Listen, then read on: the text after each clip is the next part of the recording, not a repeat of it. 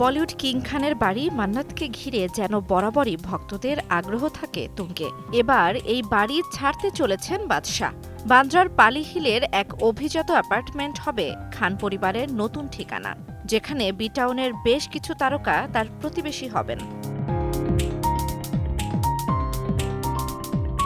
জানা গেছে, মুম্বাইয়ের পালি হিল এলাকার দুটি বিলাসবহুল অ্যাপার্টমেন্টে থাকবেন খান পরিবার। দুটি অ্যাপার্টমেন্ট শাহরুখ ভাড়া নিয়েছেন ৩ বছরের জন্য, যার জন্য গুনতে হয়েছে ৯ কোটি টাকা। কিন্তু কেন ছাড়তে হলো শাহরুখকে তার আপন ঠিকানা?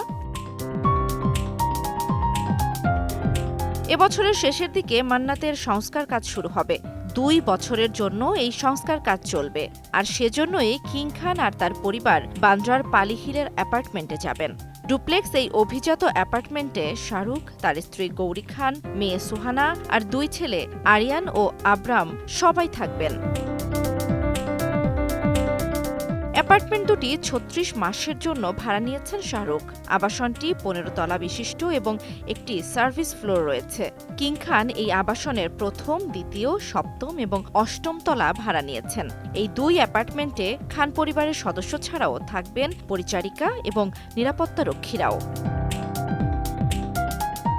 শাহরুখের এই নতুন ঠিকানার কাছাকাছি থাকেন আমির খান, আলিয়া রণবীর কাপুর, সঞ্জয় দত্ত, জন আব্রাহাম, ইমরান হাশমিরা।